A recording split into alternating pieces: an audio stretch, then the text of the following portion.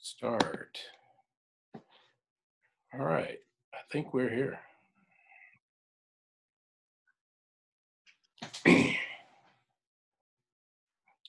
All right, here we go. Let me turn the volume down. I think we're here. All right, let me get everything set up here. All right, here we go. Turn the volume. All right, I think we're here.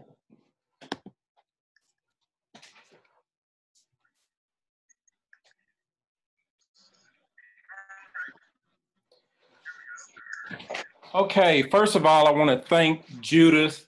Thank you for such a wonderful story that we all need to hear. Can you start by just telling me what the overarching message is?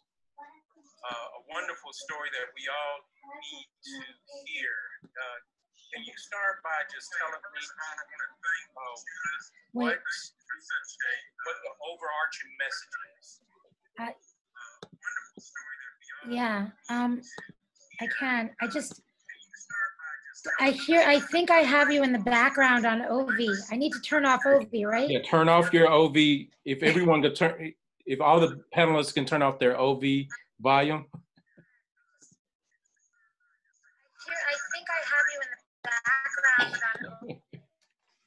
Okay, I think that's much better now. Okay. Yes, that's much better now. And I forgot to introduce everybody. First of all, I'm Kwami Abdul-Bey. I want to introduce everybody. We have, and you guys can click on the speaker panel to find out exactly who the speakers are. But I just want to thank Judith, Anika, Solomon, Shantell, and Kathy for joining us here today. Thank you guys for spending some time with us today. Thank you. It's a huge honor. Judith, what's the overall message? Then we're just going to jump into a discussion amongst ourselves, and there isn't any set way we're going to do this. So go ahead. Okay. The overall message? Yes. The overall message is it shouldn't take an extreme weather disaster for us to see everyday disaster and crisis of structural racism and the life and death impacts that's having every single day. So, you know, what we're seeing right now in terms of who's being hurt the worst by COVID-19, it's exactly it was the blueprint of exactly who got hurt the worst during this heat wave. And that's because we've intentionally made it possible and probable that the Black and brown communities are going to die every single day from treatable diseases and from the inequitable everyday life that we've constructed and maintained all these years. Indeed. So, you know, the vision of the movie is that it took that event in 1995 for so many people to see it in the city. And there were people on the ground who were trying to utilize what they learned as a blueprint to move forward. And they didn't create the right kind of heat emergency plans really going forward, because if they did the same, you know, we wouldn't have the kind of COVID-19 map that we do right now. So that's the vision for the film, is to learn from the past, to learn what's going on right now, and to try to create a much more equitable way of having a country and a system and an everyday life. Kathy, you were there in Chicago while this was going on. So tell us what you saw and what you heard. Thank you, and I apologize for being late. When I saw the trailer on Sunday, I was so excited about watching the movie, and so I have to say, as you know, Kwame, that I haven't yet because I came straight from another meeting to get here tonight. And so what I'll say is kind of an indictment of where I was and where most of the people I knew were when this happened in 1995. I had moved to Chicago about a year before then and lived in one of the near western suburbs. And initially, I mean, obviously it was going to be hot, but the warnings that you could have expected that we would have gotten when it was cold and there were going to be those kind of blizzards, I mean, they weren't there. And as someone who lived there, I feel, I mean, and I was living in a place of privilege and I was very ignorant the first couple of days of what was happening. And I think that there were so many people who were like I was and ignorant. And because, as Judith talked about, intentional systemic racism, you know, I moved into Chicago itself shortly after that and was there during the heat wave of 1999. But we still had a lot of deaths. They were still in the same community. We could look at Katrina, we can look at today, we can look at every time, like Judith said. So I think just the ignorance that that so many people of privilege had about what was going on is horrible. And I mean, I didn't do anything to change it at the time. And I don't know, sometimes, you know, have we learned? Obviously it keeps playing out, and what I'm seeing now being on the ground here and working with some of the particular communities I'm working with now, no, we haven't. So Judith, your message, I hope we can take away some things from tonight that we can maybe make some of these changes happen. And I'd like for all of the panelists to just unmute themselves because we're going to have a discussion amongst ourselves. So I'm not asking any particular questions. I want you guys to talk amongst yourselves, ask yourselves questions, and let's have a discussion. Kathy just said something important about privilege. How does privilege play into this? It's all over it. Privilege allows certain people that are experiencing it to have on what people often call as blinders, because they don't have to see what's happening and they don't have to care about what's happening because it's not impacting them. And it's very unfortunate, and it's pretty unsettling when you're not the person that's being privileged, or you're not a part of the community that's being privileged, and you're crying out, you're yelling out, you're telling the world that your neighborhood and your community is on fire, and it goes on deaf ears. We're experiencing that in the city of Little Rock, the neighborhood I live in. Kathy knows very well, on West 12th Street, February 17th, 2018 it was, they closed down our only grocery store in our neighborhood.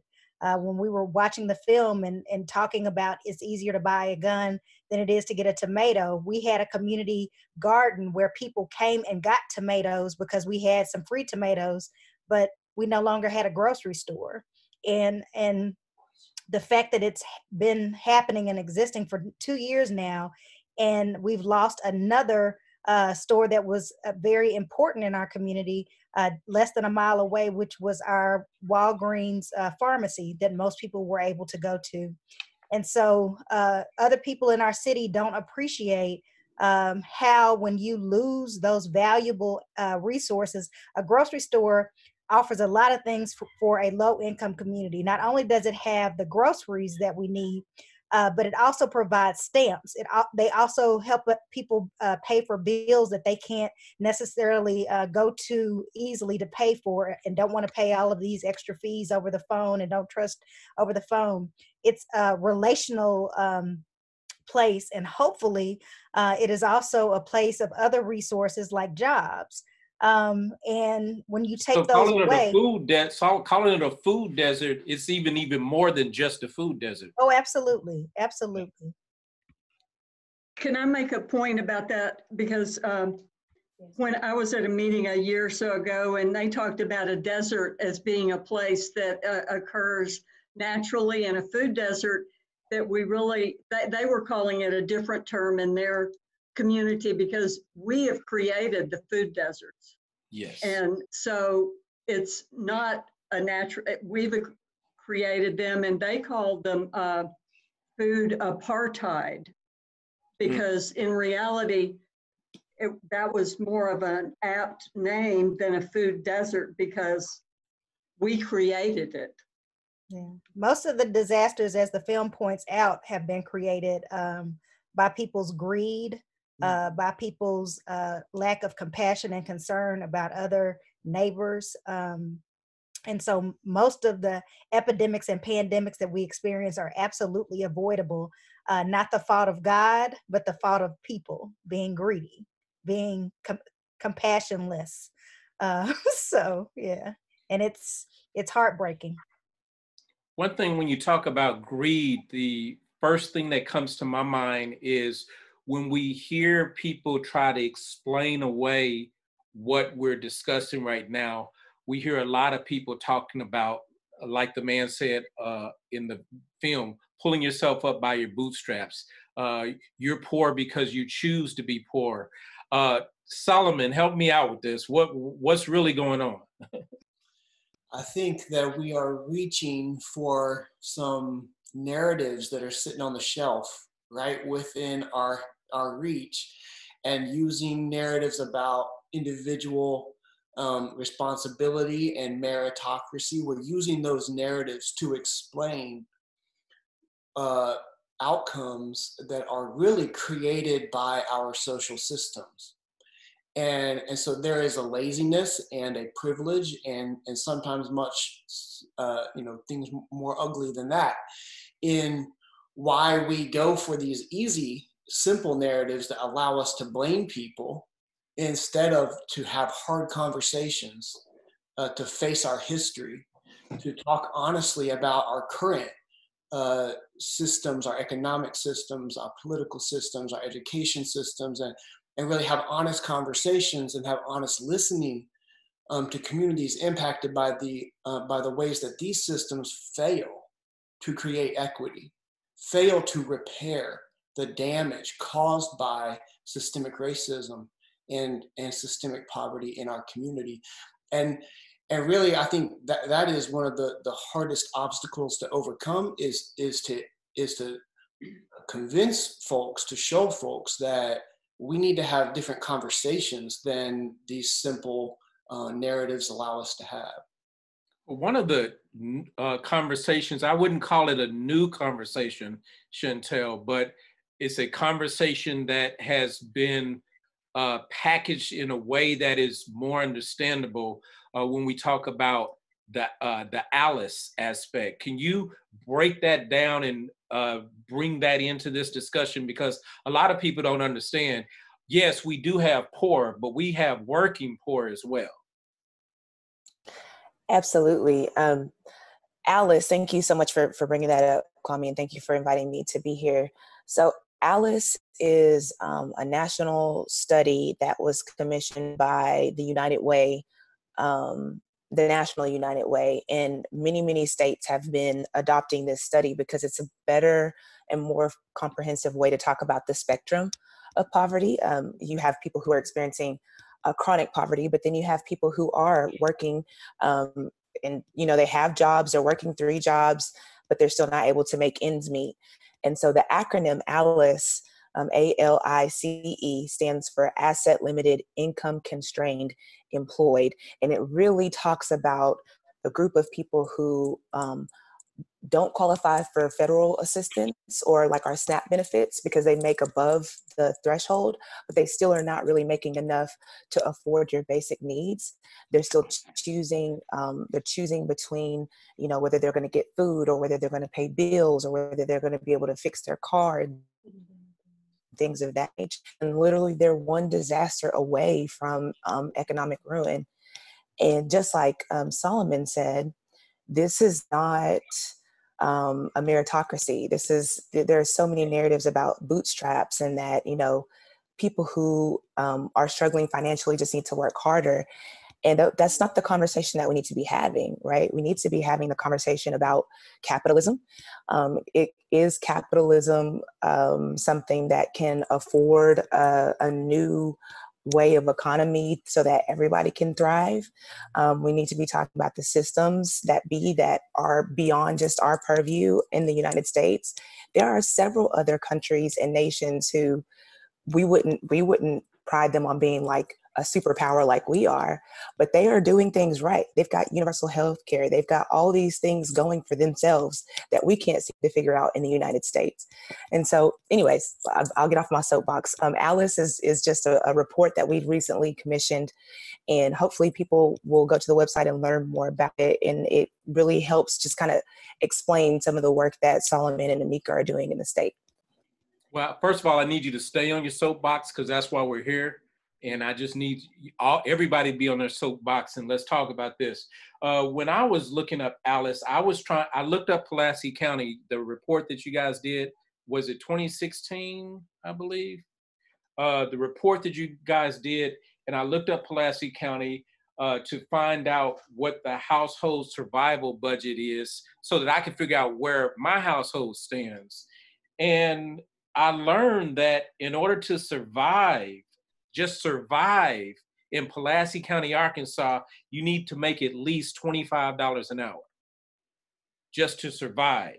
And to thrive, you need to make at least $43 an hour. Explain that to me. When the, what is the minimum wage again? Somebody help me out here. I think we're at $9. Nine. We should be rising to 10 because it's incrementally going up from 9 to eventually $11 an hour. It's sure not $25 an hour. Yeah, so their calculations, and I will be honest and say I don't know how all the research actually works, but they have taken into account more of your basic for the survival budget. They took into account way more than what the federal poverty level took into account. So that was things like your groceries, your transportation, cell phone. I don't even know that they put healthcare in it. It was that meager. So the household survival budget really is not. I mean, I don't think I could live off of the household survival budget. I definitely would need to live off of the household thriving budget for sure. But as you all know, I think. This is a data that most people are familiar with. 70% of jobs in Arkansas are low-wage jobs, which means they're less than $15 an hour. So how are we expecting for people to be able to be above this household survival threshold? 1% of our jobs don't offer anywhere close to a living wage. It's a huge issue. So could I ask you all a question? How is COVID-19 playing out demographically and by zip code and by neighborhood in Arkansas, in Little Rock, in the communities or counties around it? Is it similar to Chicago? Is it similar to the maps that we saw? Because the COVID-19 death maps and the rate of people being diagnosed is the same as the heat death map.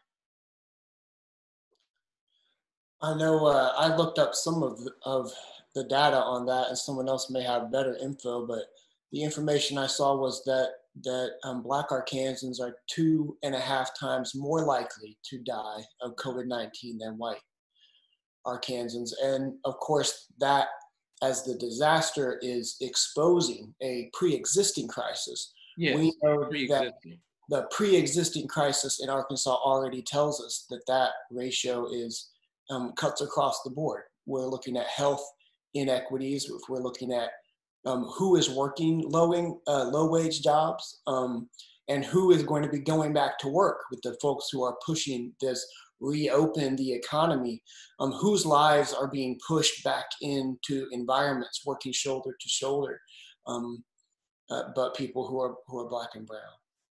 not just push back, Solomon, but who wasn't able to stop working, who was forced to keep working. And when we look inside of our prison industrial complex, and we see that disproportionately people are dying unnecessary deaths because the state cares not about persons that they have decided to house and to confine, and that persons are given no human dignity to actually have real quarantine standards that are in place, that they're still getting bars of soap that you would get in a hotel or a motel that are insufficient for washing the way that we are being asked to wash our hands. And giving you props, Kwami, for that commercial that you plugged in earlier. But it only speaks to the fact that there are people in our state and in our nation that are considered to be disposable. And this COVID-19 highlights that, puts an exclamation mark on that.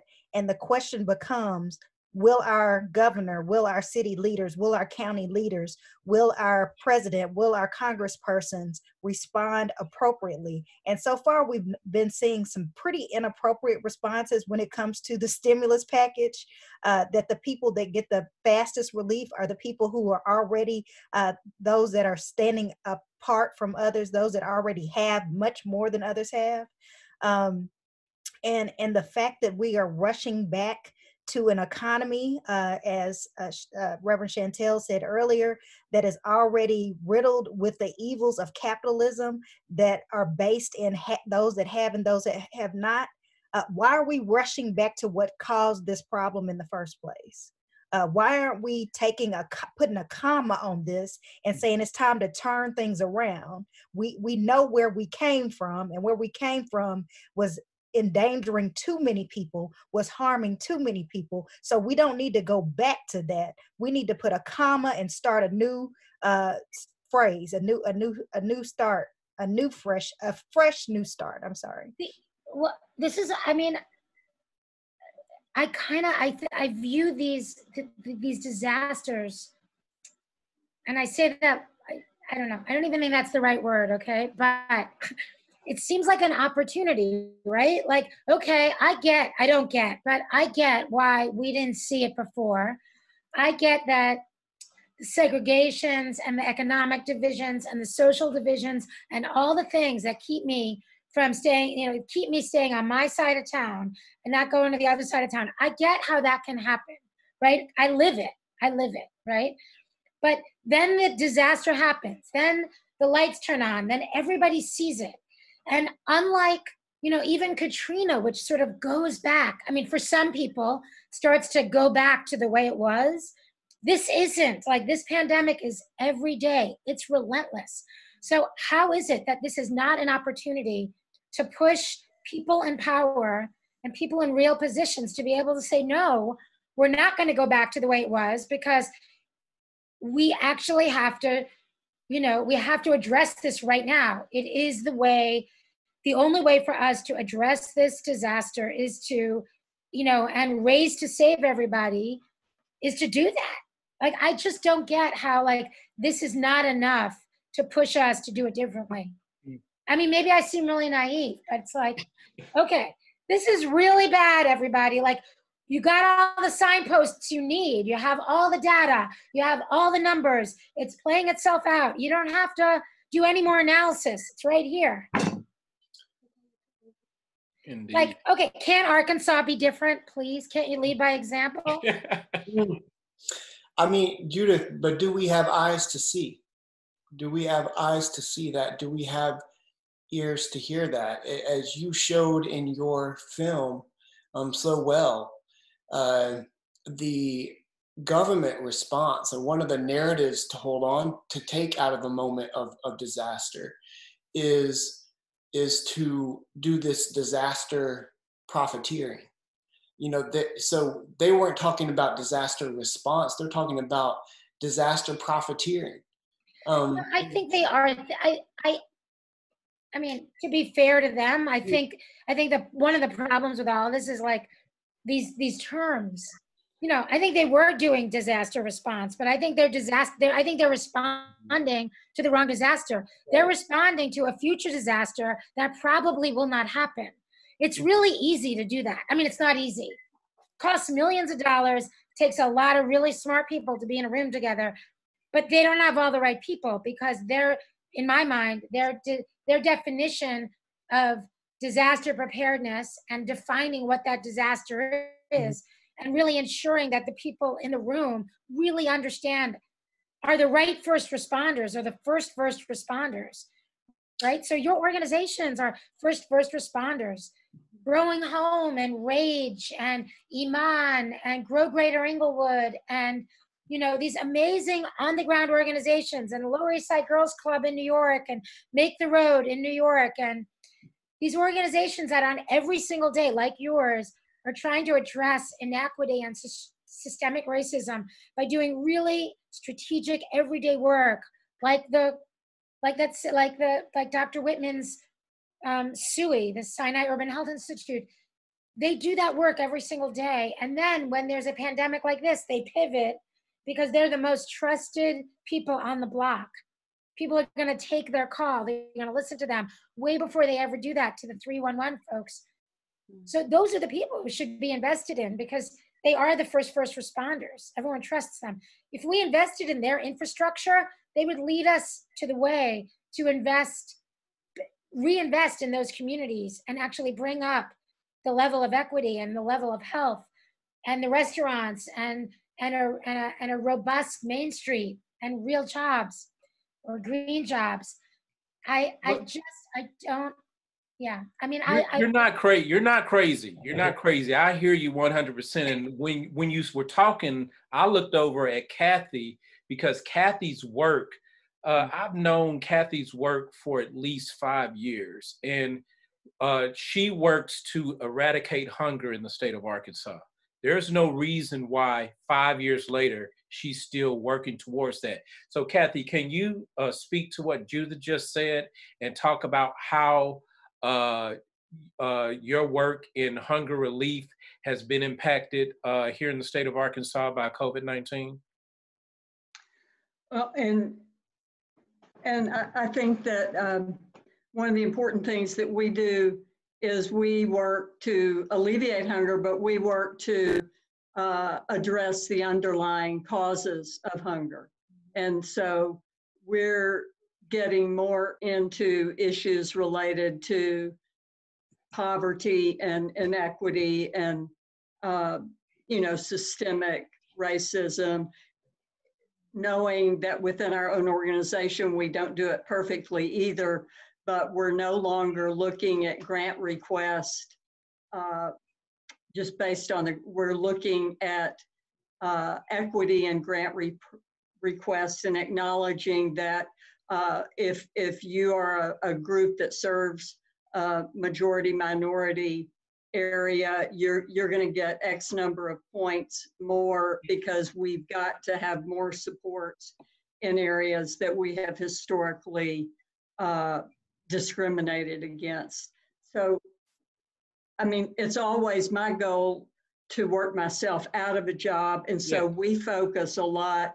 We're doing some direct work, particularly with Latinx organizations right now, but we focus on the policy and advocacy pieces.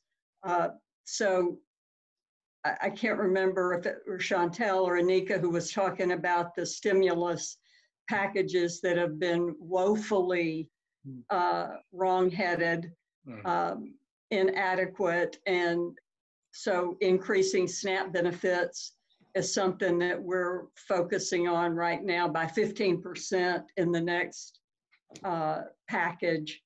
I mean, we look at systems change with, you know, the way school meals are delivered and out of school meals and SNAP and stuff like that. We do emergency food as well. But if we don't change I don't want to give the same people a food box now for the next 10 years. I want to change the policy.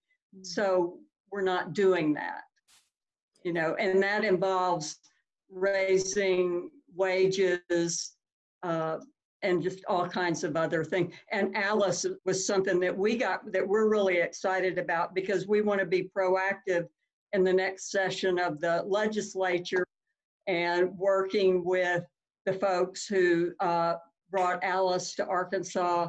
And one of the bills that we would be working on with Rockefeller and Tamika and others would be increasing the asset limits, because we're still one of the few states that if you have almost anything and you're low income, we're going to penalize you for that and try to keep you from getting benefits.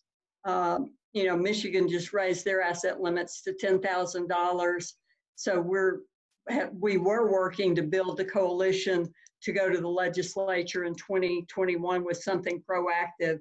We're still doing it. It's just looking a little bit different now. Kwami, that was sort of a rambly answer. But do you think in the wake of or during, who knows what'll happen during this pandemic, that your argument will actually land on much more open-minded people? Like they'll see the connection? We're trying to make the connection, and I will tell you that I've been doing a lot of Zoom meetings with people who hadn't been that interested in what we were doing before. And I've been explaining like how SNAP works to a lot of people with privilege, people who want to, but now they've gotten interested. And so I had a group the other day, and they all called our members of Congress and said, you need to increase SNAP benefits by 15% in the next stimulus package. And a month ago, they didn't know that much about, you know, they didn't know what SNAP meant. So I think that we do have a chance, and I hate to even say we have opportunities with the way people are struggling and what they're going through right now. I think we do have an opportunity, and if we don't use this opportunity to mobilize people, then we will have squandered something, going back to your movie and what happened in '95 and then repeated itself in Chicago in '99, then Katrina, and then one after another. Okay. Judith, I wanted to just share something, and I didn't want to steal the thunder from what I think Solomon was saying earlier, but speaking about eyes and, you know, ears and being able to see and being able to hear, our public school district, and we talked about schools and looked at schools in your film, but our public school district was taken over by the state January 28th, 2015.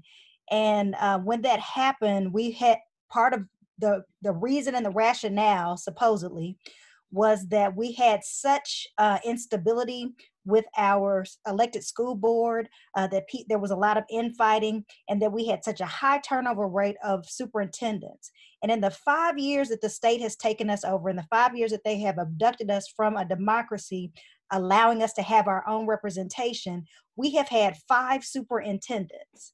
And so that speaks volumes to the fact that they have done worse by us than we were doing for ourselves, number one. But number two, in that same neighborhood and community that we were talking about earlier, that I shared, that I live in, not only did we lose a grocery store, not only have we lost a pharmacy, but before that, we lost a public school.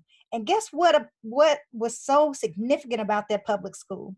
That elementary school had a healthcare center in it that was providing healthcare not only for the students, but for the teachers, the educators in that building, for some of the families who would bring their younger siblings in that weren't quite school age, to offer family counseling, as well as medical assistance. We had testimonies from kids and their parents who talked about how that in that clinic that was accessible to them during the school hour, that kept their parents from having to miss work to treat them, how that impacted significantly the turn of grades and the turn of attendance in that school. And it fell on deaf ears because they closed it anyway. And we couldn't get people who we thought would say, this is common sense. Keep this school in this neighborhood, in this community. This is the thread. This is the bedrock. And so I only wanted to help to underscore and underline what I heard Solomon say earlier. Disasters come, but I'm convinced that people don't have eyeballs. I mean, they don't have optic nerves. They don't have whatever it takes to penetrate the mind so that it can actually cognitively be aware that this is the reality. And if we don't do something different, not only will we get the same results, but we are heading ourselves to a disaster that is absolutely unnatural in a state, by the way, that is known as the natural state. There's so many unnatural things happening here. But you know, that's my daughter. But you know, the really brilliant author and sociologist who wrote the book Heat Wave, right? A social autopsy of disaster in Chicago, recently wrote a book called Palaces for the People. And the palaces that he frames are libraries, and the really critical importance of libraries. Hi, sweetie. The critical importance of libraries as anchor institutions, and that without those anchor institutions, we can't create the kind of social cohesion and security and safety and vibrancy and health, public health, that we need every single day. Yeah, that book. But I would say public schools are a palace for the people, right? So when they close down that school, they close down a very, very, very critical tool. But you could reframe that as the best form of disaster preparedness that your community has ever had.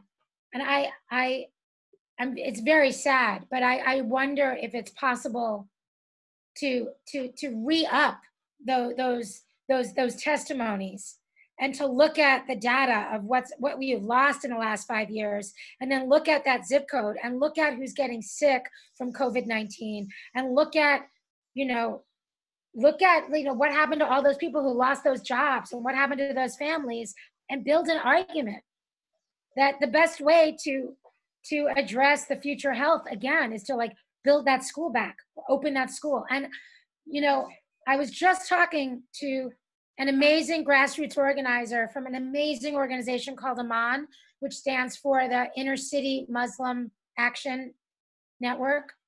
And they're based in Chicago and now in Atlanta. And she told me that one of the things that they are thinking about is how to reclaim so many of the schools that have been closed down on the south and west sides of Chicago, in the same neighborhoods that had the most heat deaths, in the same neighborhoods that have the most COVID-19 deaths. And especially now with all these jobs leaving, to actually reframe those schools as a new site for worker health and education, as a new site for creating job development for people for returning citizens who are going to be coming out of prisons. Because with this new pandemic, there's lots of prisons that are going to be saying, okay, you can't stay here, you have to leave. You have to go back to the community that you came from. And those communities are quite decimated. Where are they going to live? Where are they going to work? So they're rethinking how to utilize these schools.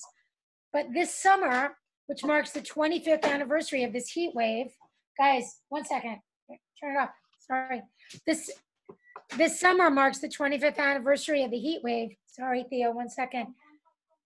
And it's going to be the pandemic, COVID-19 meets extreme heat. And we're going to be asking everybody to be either sheltering in place, and a lot of them aren't going to have air conditioners, or go outside, but don't stay too close to each other. But where are you going to go if you don't have a public pool and you don't have a lakefront? And if you don't have libraries that really have air conditioning and that are open till late, and you don't have schools, which don't have summer schools, which would be air conditioned, hopefully. I mean, so right now is the moment where we actually have to think about reclaiming important spaces and making them safe for the pandemic, and making them cool to get through the next heat emergency, and to create, what what in our movie, you know, my beloved friend Orrin Williams calls a human emergency, not simply a heat emergency plan. Indeed. We have several people that are in the OVEE that are chatting questions. So I want to read a couple of questions. This is Marlo. The question that she asked is, I hope this goes with our topic, but how do you all feel about poverty stimulators that some colleges and jobs are required to do as diversity requirements?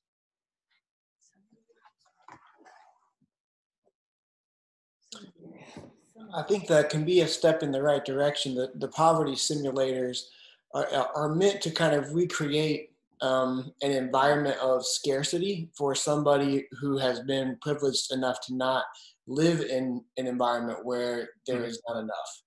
And so I've seen people that have come from fairly privileged backgrounds be open, be softened, be ready to you know, it kind of draws out their empathy. And I actually think that's part of what goes on in a disaster like we're in now, since that's the topic of the video here, is also that people's hearts are a little bit soft right now.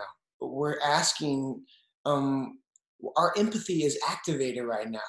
And that is an opportunity to shape the agenda of our political leaders, and to put a new narrative in front of them that says, let's address this human emergency.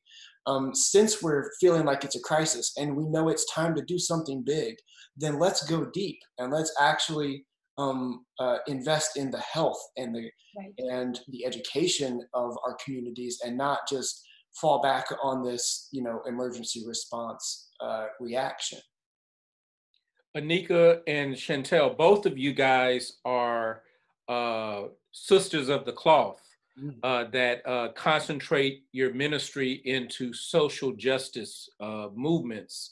So how does this empathy that Solomon is talking about translate in both of your work? This newfound empathy. I'm going to defer to my soror. Anika is also my soror too, Kwami. So we are sisters of the cloth and sisters in the sorority. So I'm going to defer to her.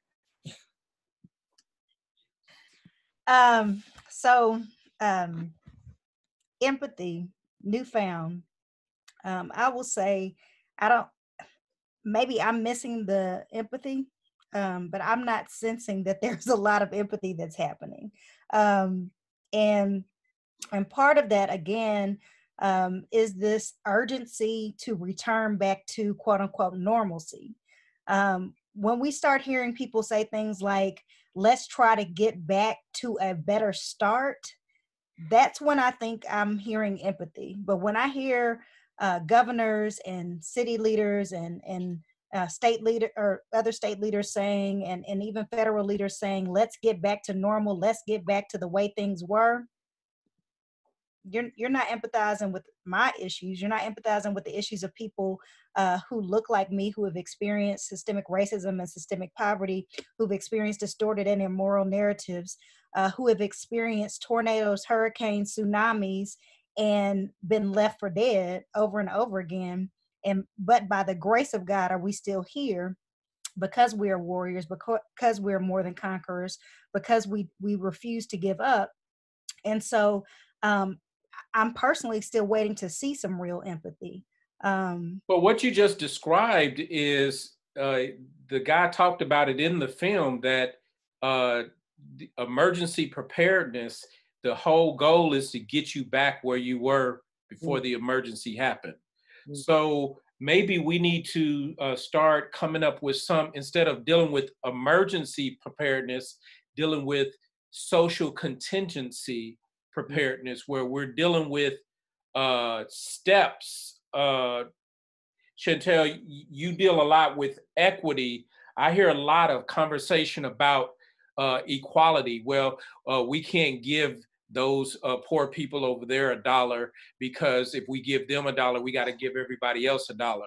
But that's not how equity works. Equity meets you where you're at. Is that not correct, Shantell?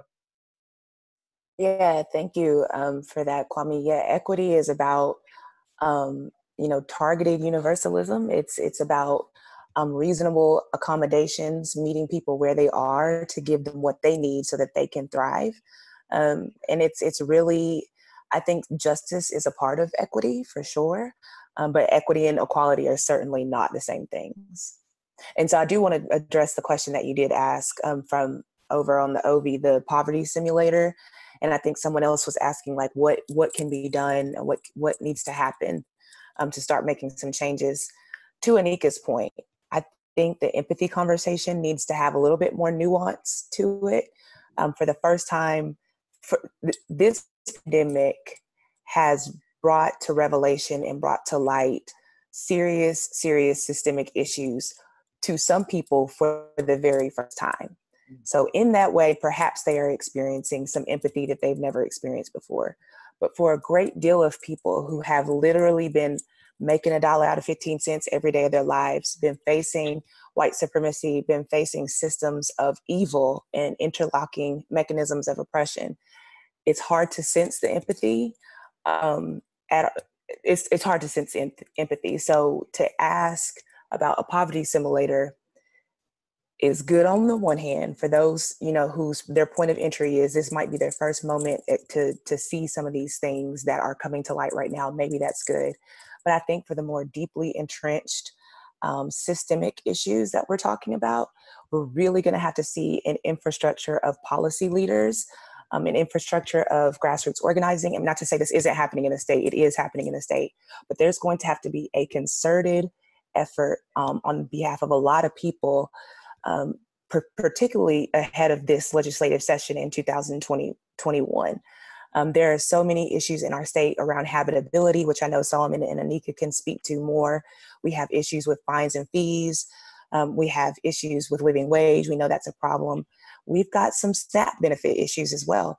So if we really want to talk about solutions, now would be the time to come up with a coalition, a broad-based coalition to think about strategic policy to help change Arkansas into a more equitable state. Great. We have another question in chat. Can you pull that question up for me? Kathy, question. Thank you, Shantell. That was, I'm really moved by what you said. And I think that's a model. I'm sorry, Kwami. No. I think that's a model that every state in this country needs to be thinking about right now.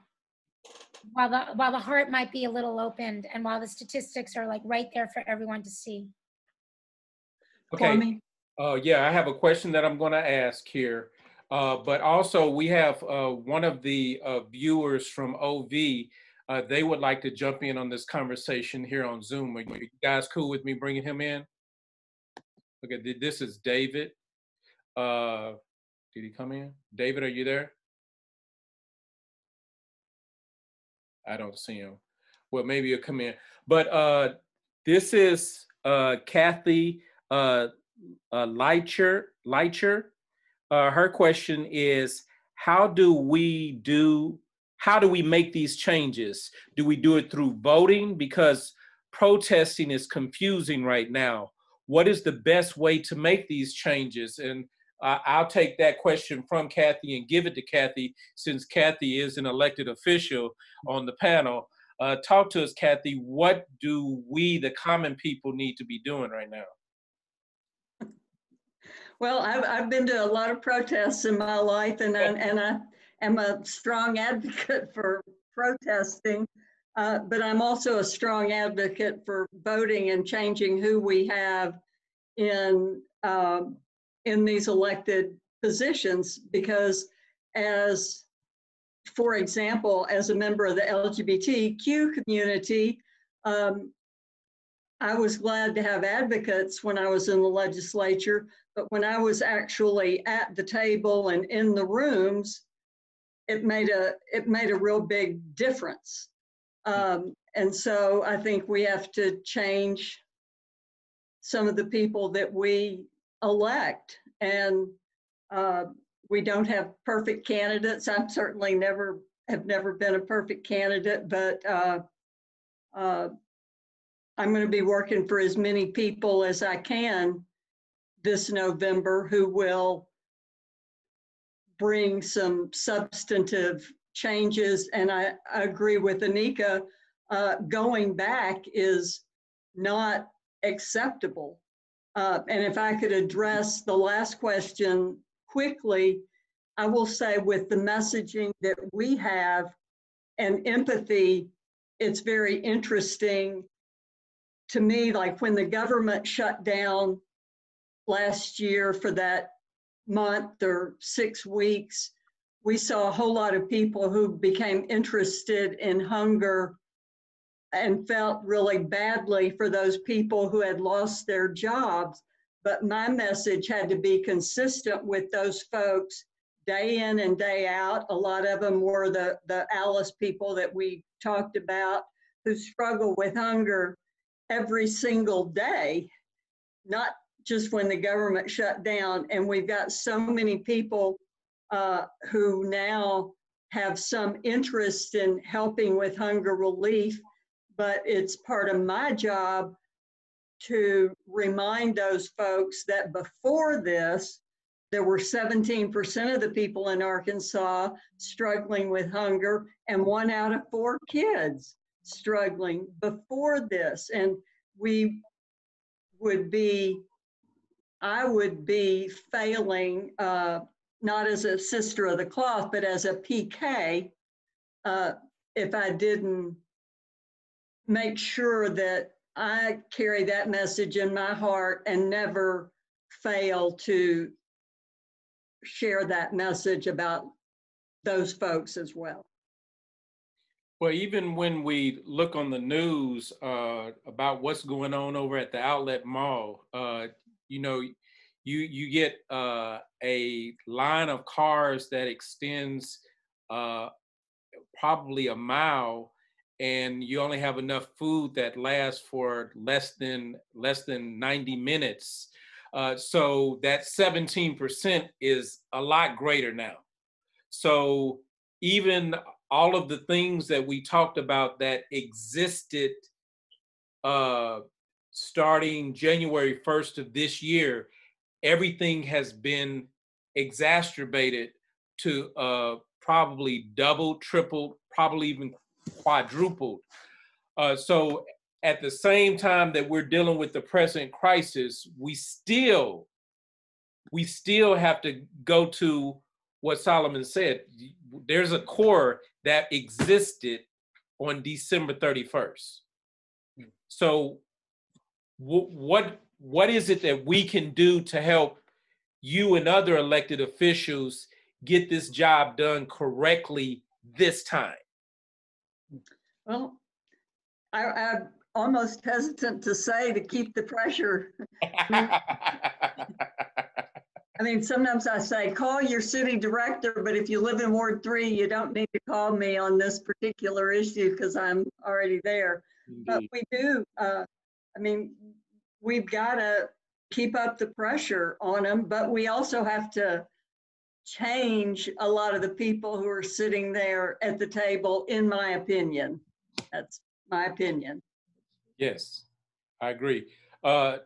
Solomon, you guys, the Arkansas Poor People's Campaign, you've been traveling around the state bringing awareness to these particular issues. And one thing I like about you being here is we get an opportunity with you and Anika to hear basically both sides of the coin, hear what's going on here in Central Arkansas and hear what's going on up there in Northwest Arkansas. How's your campaign addressing the concern that the questioner had? Well, it's the most important question. First off, we've got to say that how do we respond? How do we build power? How do we get behind a vision that can actually change things? And so, yeah, working with my friend Anika and all of our coalition members throughout the state of Arkansas, the vision of the Poor People's Campaign is guided by that quote from Dr. King that said we need a revolution of values. We need a radical revolution of values. And so we are the daily organizing work that we do is trying to build a space that welcomes folks who are impacted directly by poverty, by systemic racism, by ecological devastation or the war economy and false religious narratives or immoral religious narratives. And we want to make a space where folks can begin to build trust, build friendships, and also join up with moral leaders. This campaign is a campaign where Christian and Muslim and Jewish and Buddhist and people of no particular religious faith belong, because there's a moral agenda to call for a moral revolution of values. In Fayetteville, I've got to meet so many incredible moral agents in my community and get them connected with moral agents in Central Arkansas. I've spent most of my day today in the woods. I do outreach at homeless encampments. I'm meeting with folks who are camping. I liaise with the city to help make sure that the camp won't be cleared. I work with campers to come up with the kind of demands they would put on law enforcement and liaise with law enforcement to help make sure that the place can be safe, but people's rights are not violated by police presence. So on the ground daily work, maybe similar to like what Kathy mentioned, there's a direct, immediate kind of way to show up in a way that's helpful and supportive. But I want to connect that to what Reverend Shantell mentioned, which is we need a new group of policy leaders and on-the-ground activists who are able to mobilize a movement of people that demand more, that demand change, and that make the most of this very sad opportunity we have to see our community and the sicknesses in our community more clearly. And Marlo asked a question that I can jump right on what you just said, Solomon, and I want to take this to Judith. Why do we have to get to this point before we start having this type of conversation? What did you learn in the process of making that film as far as having to get to the point of crisis to discuss things in an empathetic way where people are treated in an equitable fashion? I mean, I'm still trying to figure that out. Yeah. I mean, I will say two things. You know, I don't think I personally never really, you know, well, two things. I chose the world of disaster preparedness and emergency management because it was the only sort of agency that I understood that it's hyper local, county-based, regional, national, and federal. That it's been put in place post 9/11, and it seems to me like this amazing infrastructure. If we were able to reframe it, we could seize it and we could look at it in a radically different way. And there are not many agencies within our governments that have emergency in the definition and that actually are built around empathy and opening people's hearts. Like, you know, and say, you know, we will be there to save you no matter what. Now, we all know that that's not the case, but it's kind of built that way. So I love the idea that, you know, that with a little reframing and with a little openness and redefining something, you actually might be able to kind of take a turnkey and turn something around. And that's why I really feel like if you are to reframe some of the work that the grassroots organizations who are on the front lines right now, knocking on doors, delivering food, who are really on the front lines, if you could reframe their work in a different way, I think it's possible to say, okay, let's take some of that money and instead of buying the next new toy, the next new truck, or doing, you know, the next new simulation, we could simulate common sense and invest in the most divested from communities in a very real, methodical way. And if you need to call it disaster preparedness, like, why not? What the F? So that was sort of my thinking was, if we can't figure out what to do with these disasters, really, then let's use the disaster paradigm and reclaim it and retool it. We got about 15 minutes left in this conversation. I want to bring in David, and before I bring him in, I want to introduce him. David, you can go ahead and unmute yourself. But the Arkansas Peace and Justice Memorial Movement, one thing that we do is it was stated very poignantly about studying death to know how to, what was the quote? Study death to understand life. Right. So that's basically what we do. And we work with the Equal Justice Initiative in Alabama as far as commemorating, memorializing the victims of lynchings here in Arkansas, 492 victims to be exact. And David is an elder, a white gentleman who is privileged and lives out in a very comfortable neighborhood in one of those nice neighborhoods in Little Rock. And he learned about the work of EJI, and he contacted them, and he told them that I want to get involved in this. How do I do that? And EJI in Alabama said, you need to call Kwami and Clarice. They can hook you up. So we've been talking with David and some of his friends for the last year and developing empathy between ourselves on that crosses racial and class barriers. So David, with that, can I bring you in because you said you wanted to talk to the panel and ask them a question? I don't have a question, but I feel like such a rookie in this whole thing that all I'm doing is listening, and it's sort of like drinking out of a fire hose for me to listen to y'all talk. Where my concern has been is the reason I wanted to get involved with EJI is that, and this is a story Kwami's heard probably too many times, but I discovered that my family were slave owners down in South Arkansas.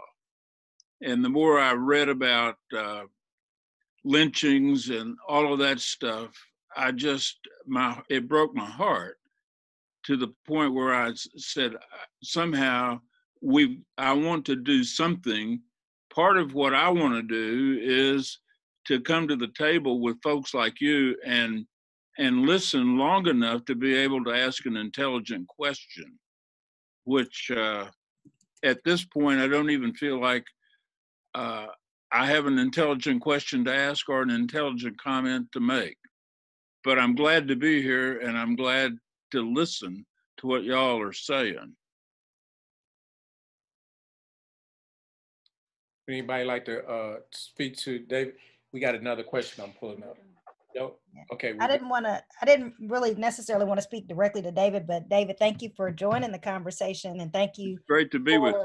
Yeah, thank you for allowing yourself the space and time to not only be a listener, but to also be mindful that as we listen, we want to respond in ways that are helpful. And so I appreciate that. But I wanted to say mutual aid is something that we keep hearing over and over again.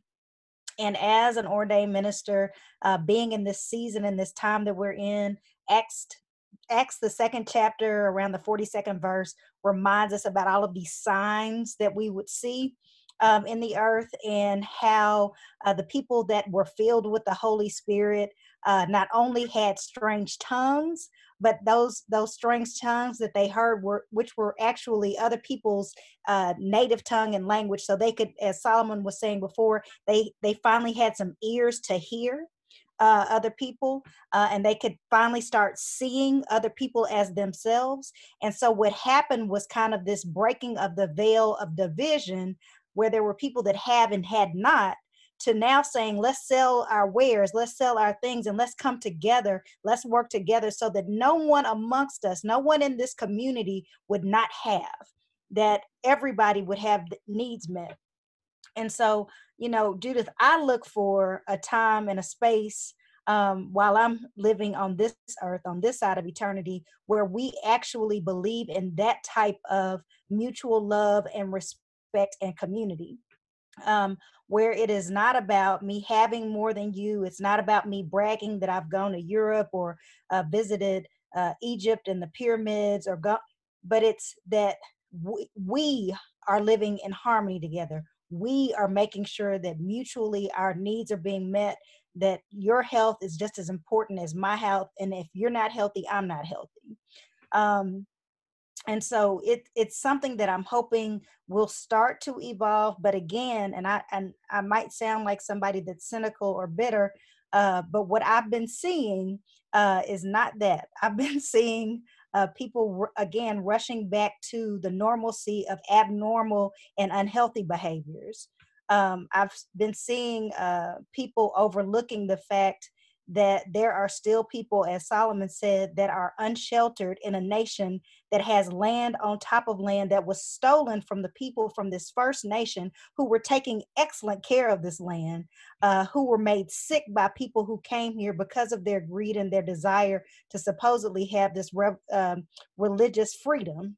But ironically came and offered a religious oppression, and I don't even want to call it religious, some kind of distorted religion, oppression over the people that were living here and taking good care of this earth and this soil.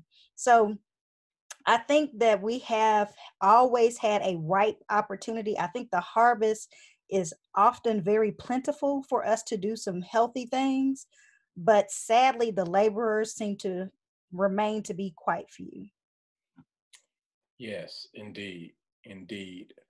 Let's go ahead and wrap this conversation up. I would like to give everyone an opportunity to let us walk away with at least one, well, there's 1, 2, 3, 4, 5, 6, 5 action steps, one each at minimum, on what we can do where we can demonstrate that we sat down and we watched this film together and we actually learned something. One thing that I learned, and you can correct me if I'm wrong, poverty is a man-made disaster.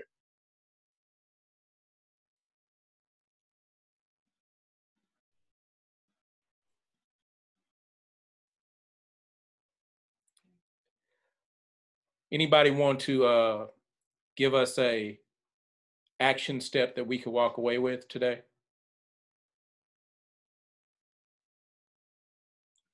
I'll say the solutions are within ourselves, and we have a responsibility to be those solutions in the earth. And the solution to what? The solution to this mammoth problem, or what? Well, I wouldn't say that we have individually the solution to the mammoth problem. I think we are a part of the solution of the mammoth problem. Okay. And I think that if we exercise our responsibility in that solution, we are offering the mutual aid that we are supposed to be living in anyway, the way that we're supposed to be living. Solomon?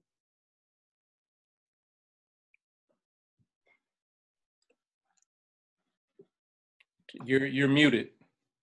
Thank you. I guess my action step is to continue to pay attention, because this video is about 1995. Yes. And what was true then is true now. And when we avoid these hard conversations about poverty and race in America, there is violence in that. There is violence in inattention. And so we need to continue to pay attention, have hard conversations, and then make sure that we are turning our education into action so we can see a different future. And I'm glad you brought up the word violence. Judith, in the chat during the film, you made the statement that burning to death basically is violent. how would you frame you being the creator of this discussion? How would you frame the film as being a way for us to have an action step? And I want you to be thinking about that right now, because I want you to be the last one to answer. But Shantell, you've talked about the Alice study and what the information has brought forth. What action step can you give us as far as Alice is concerned and helping you do what it is you're doing with that? Yeah, for anybody that's interested in finding out more about Alice, the website is www.alice, ALICE, in Arkansas, so INAR.org. And right now, if you look on the website, we have a contest right now for helping to shift the narrative about poverty in Arkansas. It closes tonight at 11:59, so please go to that website and look.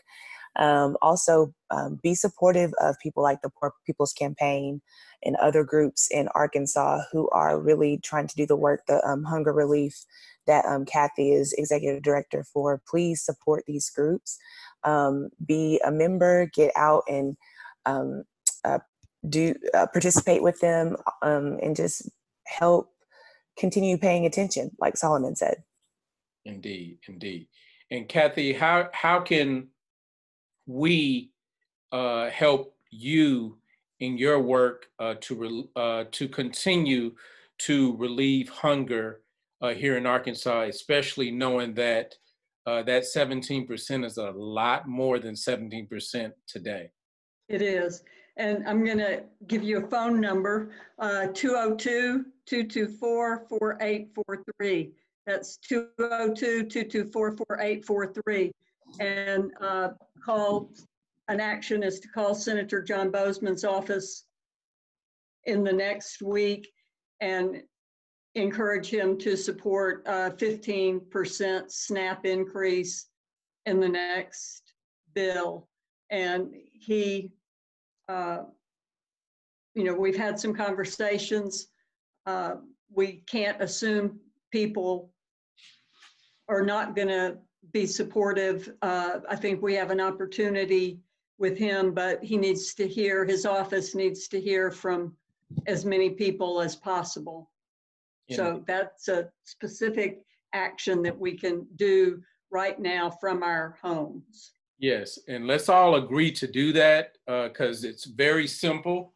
It's as easy as picking up the phone and just pressing a couple of buttons, or sending an email as well. So what I will do after this is over, I will put that contact information in this video will be on YouTube for people to watch. So I'll put it in the comments section for people to make that contact.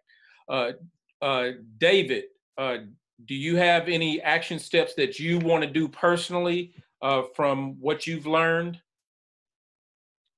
Yeah, get together with you and bring some more people to the table. We'll definitely continue to do that. Judith, you are the reason we're here today. Thank you for your artistry, and it was so profound, so impactful. Please give us some closing words. Well, first, thank you so much. I mean, the reason why, and first of all, I didn't make this by myself. I'm part of a big team of creative collaborators. I made this in collaboration with Cartemquin Films in Chicago, and director, producer is just another way of saying you're really lucky to get to work with a great team of people, and my producer, Finel Doremus, and Kathy Leichter, who's now working with me on engagement. So thank you. I mean, it's the reason we make these films is for them to be used, and for them to be used in community, to build community with community. So the fact that, I'm in New York City, but you're all in Arkansas. So you will continue to work together in a dynamic way. David and his community will start working with you. You're accountable to each other. So that's why we do this. And if there's ever a silver lining in us all having to stay home and watch together, it's to be together in different ways. I just got a text actually from one of the editors of this movie, and it's a New York Times headline. And the headline just now says, "Coronavirus makes cooling centers risky just as scorching weather hits." And it lists all of the cities that are going to have scorching weather soon. It's May, right? So last year was the hottest summer on record. This year's going to be the hottest summer on record. It's going to hit just when we're not supposed to be close to each other, when we need cooling centers, right? So my action step is that your community, you know, and Kathy, I'm asking you I will give you a 21-minute version of this movie, and you could share it with all of the directors that you work with. And you could say, you know, like, here's the blueprint for what could happen here, especially now. What do we do?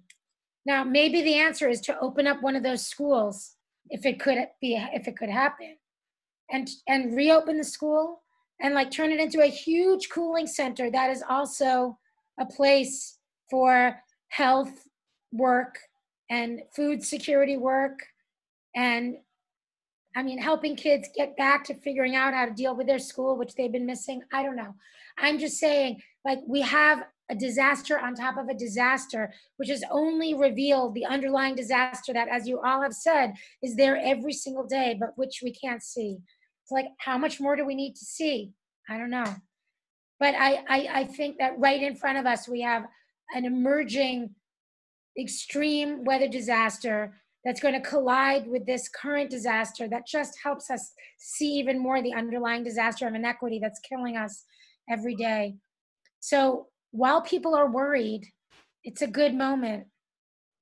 I think it's a good moment to ask people to sort of to act in this moment, and in doing so, really try to you know, do it in a way that starts to get back to addressing the equity issues that we've all been talking about.